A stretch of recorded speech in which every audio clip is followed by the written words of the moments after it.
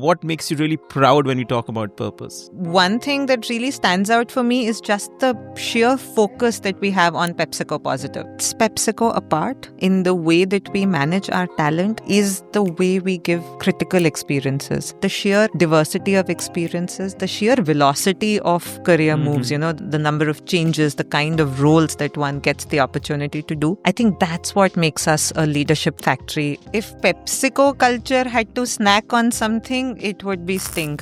Okay. I mean, just the constant energy, the buzz of the place, I think that has to be Sting.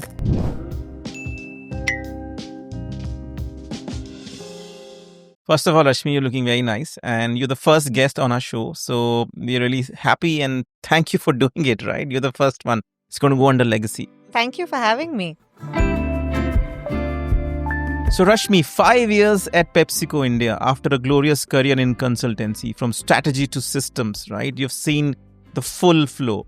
Let's rewind a bit. So tell us what drew you to PepsiCo India.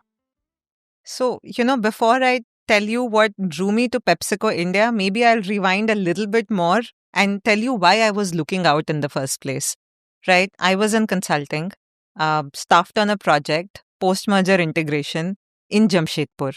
Okay. Now, Jamshedpur is a place that does not even have an airport. So Monday morning, you land up at Birsa Munda Airport in Ranchi, drive 4 hours, get to the client location and start working.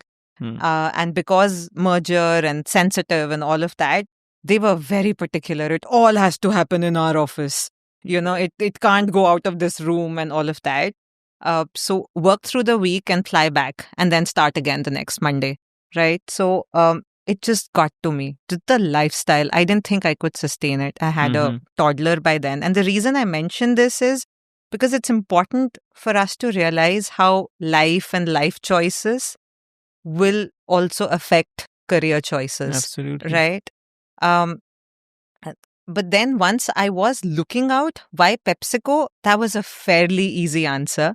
PepsiCo is a name that one has grown up with. As an HR professional, one had heard so much about how progressive PepsiCo is on the people front. So this is a place where you can actually create that impact in the HR space.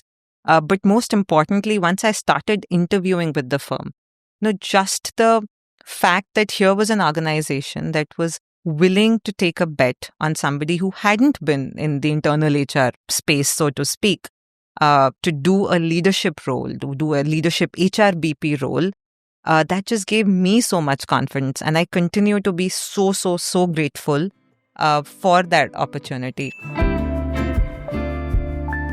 Coming to talent, you also custodian of PepsiCo's talent. And so tell us a little bit more that, if you're looking at talent, what is those one or two key things which makes PepsiCo's talent stand out? I think the single thing that really sets PepsiCo apart in the way that we manage our talent is the way we give critical experiences.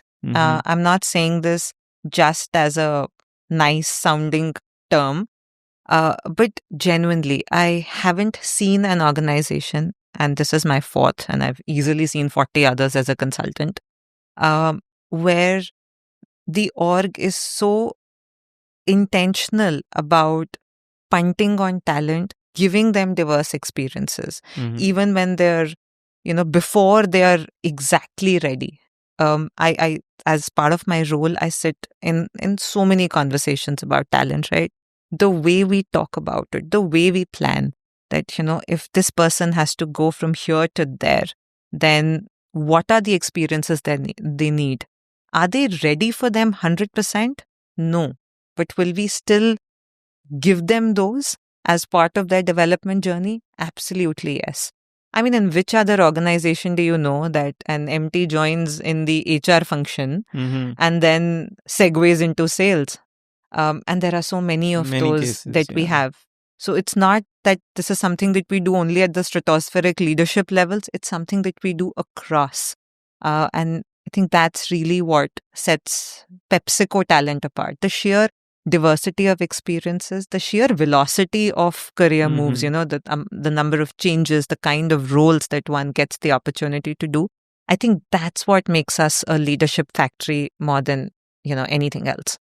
I can't agree more. And I've seen people move in PepsiCo so much, and they've fitted so beautifully in different roles. Yeah. And also, not only in India, but globally. Rashmi, PepsiCo is an agri company at heart. When people talk about PepsiCo, we also talk about purpose. So tell us a little bit more. What makes you really proud when you talk about purpose? So I think the one thing that really stands out for me is just the sheer focus that we have on PepsiCo Positive. In my role, I get to do a lot of work on objectives, right? What is it that our leaders are doing? And obviously, whatever is there on the objectives is also a reflection of the time and the mind space that they're giving to it.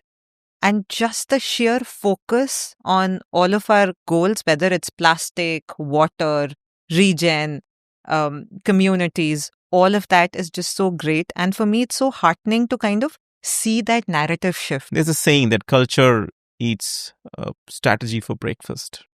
And now culture has to have a snack at PepsiCo. What it would be and why? I mean, if PepsiCo culture had to snack on something, it would be Sting. Okay. I mean, just the constant energy, the pace, the buzz of the place, I think it has to be Sting. All right. And what's your one life skill which you swear by, which has nothing to do with the HR? Yeah, I think you're looking for a fun answer, but the one that I really swear by is money management or just managing your finances. I've been doing that like since the day I started working, and I cannot recommend it enough to everybody. Okay, your spirit snack, Lay's, Kurkure, Doritos, Quaker, or Mountain Dew? Magic masala. It is Lay's Magic Masala. Okay. Lay's magic masala. Okay, what's more dangerous in HR, a late performance review or a birthday message missed, especially if it's your boss? If you late performance review only, yeah. Okay, Birthday messages now, too. I mean, by the time you wake up in the morning, there is happy birthday, happy birthday, happy birthday on like different WhatsApp groups. Okay, so post-its or PowerPoint. So what basically is your favorite go-to weapon of productivity? Weapon of productivity, actually neither. Although being a like former consultant, I shouldn't not say PowerPoint, but it has to be my email categorization system. So every mail that comes in, I assign a color to it. And I've got like this 5-color system that I have been using for years. And yeah, so all the reds are where I need to come back to and action. So those are the ones I look at the end of the week. So if you have sent me an email that I haven't responded to, it's not because I have forgotten or I have missed. It's just that I don't have the answer to your problem. Okay. So Rashmi, if you have to tattoo one PepsiCo value, which one would it be? Yeah, that's my role, na? Raise the bar on talent and diversity. But I won't tattoo it. Coming to myths, there are so many myths with HR. But which is that one or two myths on HR we love to bust? This is a great platform. So other than the Rangoli one, I'm assuming, although I have to tell everybody that I really value my master's in Rangoli and I've kept it very, very safely for the last 10 years.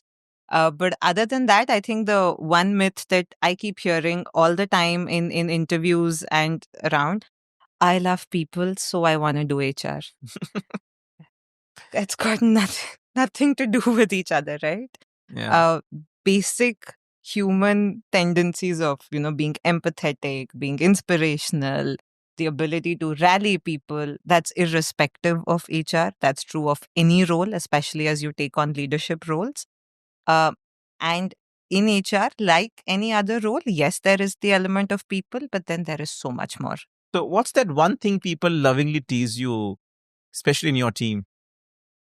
So previous team members have accused me of being very, very finicky about formatting on slides. Okay. Like the commas, the full stops, the colors and this and that. The current team, though, they're good at it. So they've not said it. I think their pet peeve is endless reserves of things to do.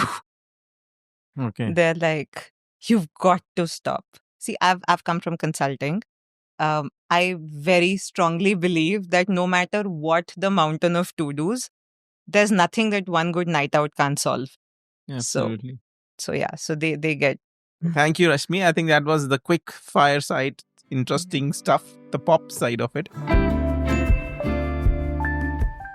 Before we wind up the show, a final section. It's called A Word to the Wise. We've talked about spreadsheets, strategies, but there's something which you want to leave behind for a person who's joining his career in PepsiCo India. What would be your message to that person be, and how would you engage with that person?